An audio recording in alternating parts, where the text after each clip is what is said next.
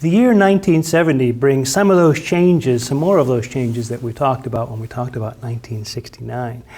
Fewer tragedies, this is the good news here, but some pretty important changes. So let's take an overview of 1970, and then we'll talk about Get Your Ya-Ya's Out, which was really the big album released by the band in 1970. Sticky Fingers, the next studio album, we're not going to see until the first half of 1971. So let's just talk about 1970 for now. In March of 1970, the Sticky Fingers sessions begin. Well, some of the sessions begin at Olympic, but they also begin at something called the Rolling Stones Mobile Unit. This was a kind of used to be able to take recording equipment around, but when you took recording equipment around on location, you basically bring a truck around that would just kind of store the gear, and then when you got to the place, you'd take the gear out of the truck and you'd try to roll it into wherever you were going to record and set it up. Not unlike you'd set up band equipment for a gig.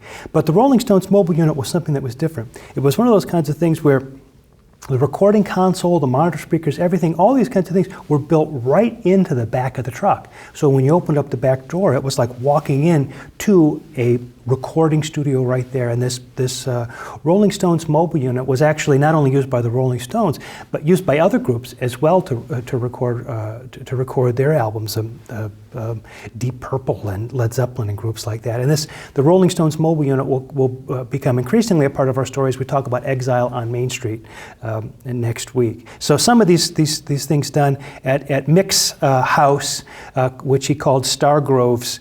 So this is a chance for them to just kind of not have the pressures of the studio and the schedules that went with that, and just kind of record when they wanted to, how they wanted to. It's the beginning of a way of working that will almost be taken to excess with Exile and Main Street, because there's no clock running, there's nobody paying for the time here. They're basically just recording on their own gear.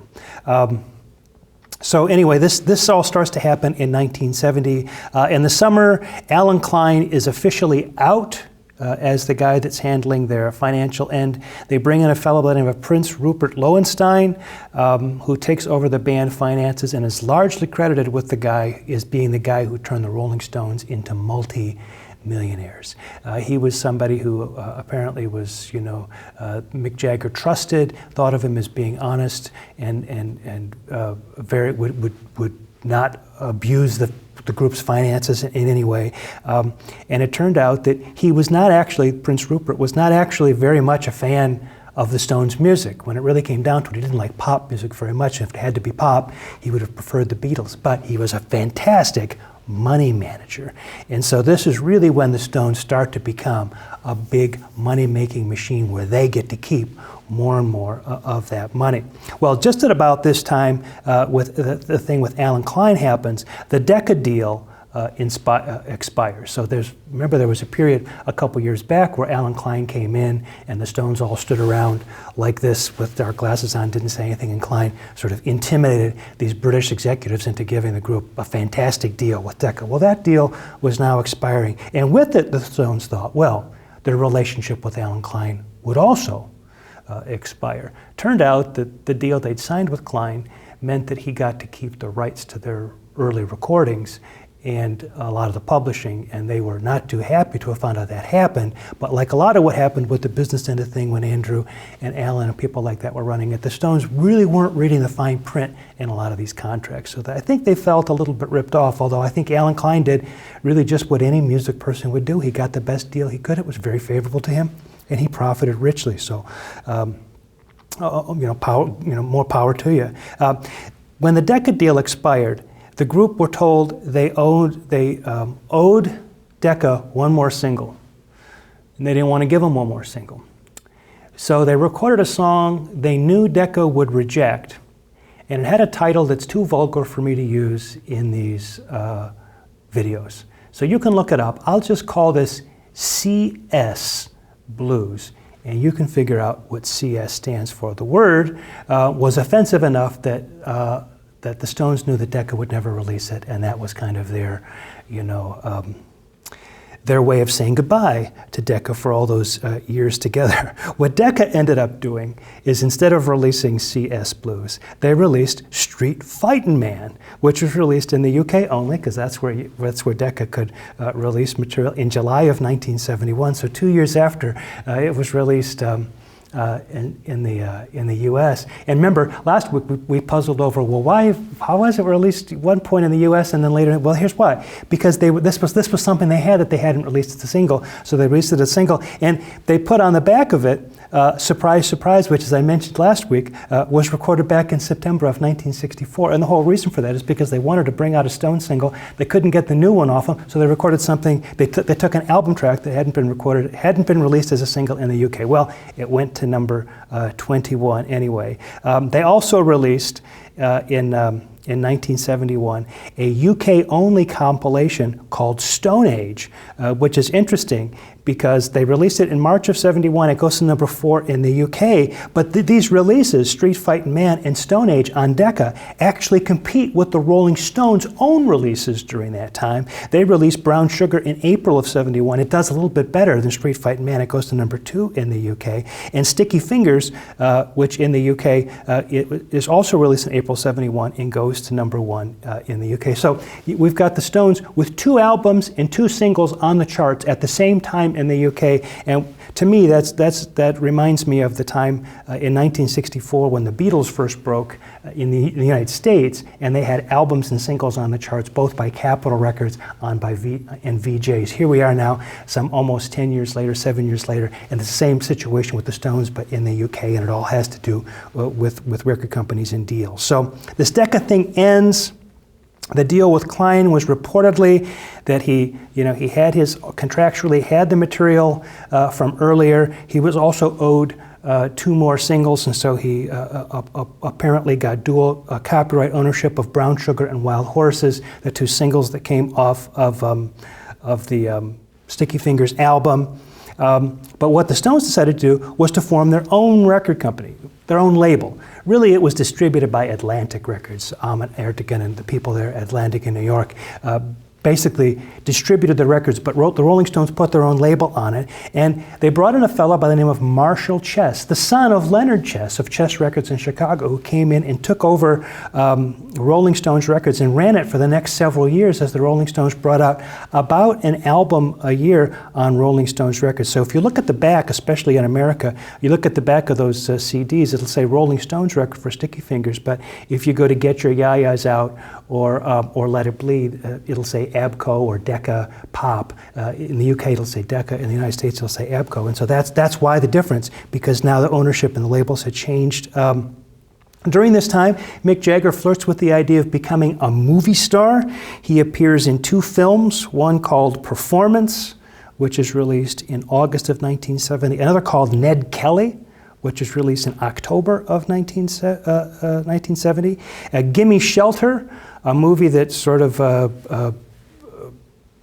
documents the Stones' performance and tour in America during the end of 1969, including the Altamont incident, and their recording at Muscle Shoals, is released in December of 1970. And don't forget the Jean-Luc Godard movie that they'd already been in, which was originally released as 1+1, but was released as Sympathy for the Devil. We talked about that last week, where you can kind of see them recording Sympathy for the Devil up in the studio. That had been released, as I said, in '68. Well, August through October of 1970, the group undertake a European tour. Those are the only live gigs.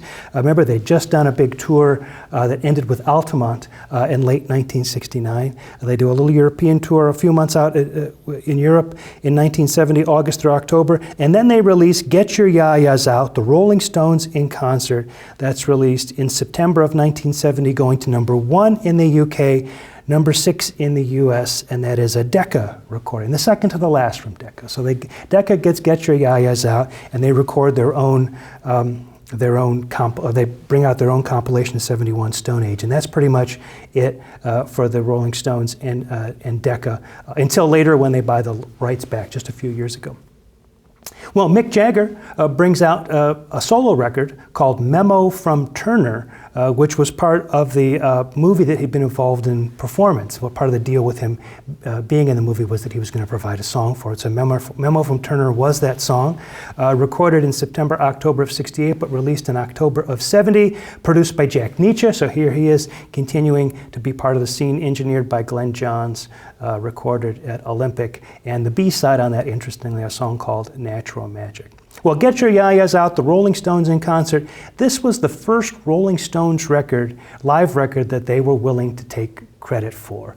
We have seen other Stones live records, Got It Live If You Want It, for example, the two versions, the EP in the UK and the LP in the US, but the Stones never really wanted to take credit for either one of those. They saw those as, I don't know, marketing ploys, something like that. But this one, they were really kind of proud.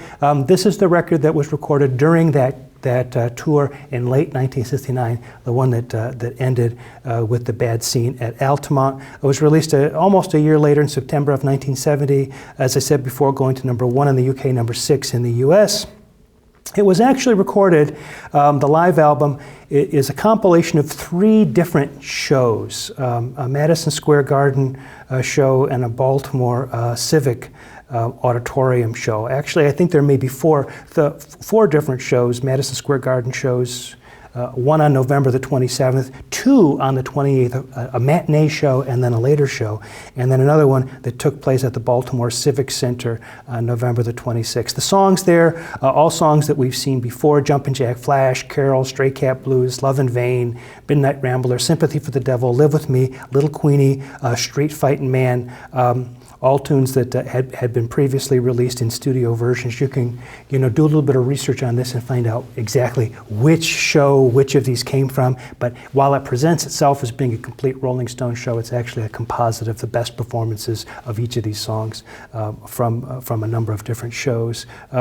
What's interesting to me, look, there are 3 cover versions involved in here: Carol, Love in Vain, and Little Queenie. So that strikes me as being interesting, that they're continuing to do these cover versions live when they've really kind of, in many ways, gone to an almost exclusively original, except for the blues covers thing. The cover art features a photo of Charlie Watts by David Bailey. Now, we've talked about David Bailey in cover photos before here, so it's interesting to see David Bailey back on the scene again. The impression you get is it's taken during the US tour in 1969, because there's a scene in Gimme Shelter of Mick Jagger and Charlie Watts and David Bailey actually doing this photo shoot on a road somewhere in the United States, with Charlie sort of, trying it different kinds of ways, and Mick Jagger sort of posing Charlie and all this. And so the picture you get, you actually sort of see them shooting during the Gimme Shelter film, which is kind of fun to watch.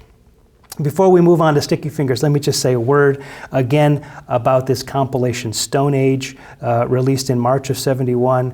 Decca squeezing one more album release out of the Stones. This one went to #4 in the UK charts, so not a bad idea, including things that had been previously released on Decca, which they own the rights to. Look What You've Done, It's All Over Now, Confessing the Blues, One More Try, As Tears Go By, The Spider and the Fly, My Girl, Paint It Black, If You Need Me, The Last Time, Blue Turns to Gray, and Around and Around. So at this point now, the Stones are on to a new management, new record deal situation, new members, and many would say that when they hit Sticky Fingers, they hit an album that really is one of the classic Stones albums of all time. We'll take a closer look at that, Sticky Fingers, in the next video.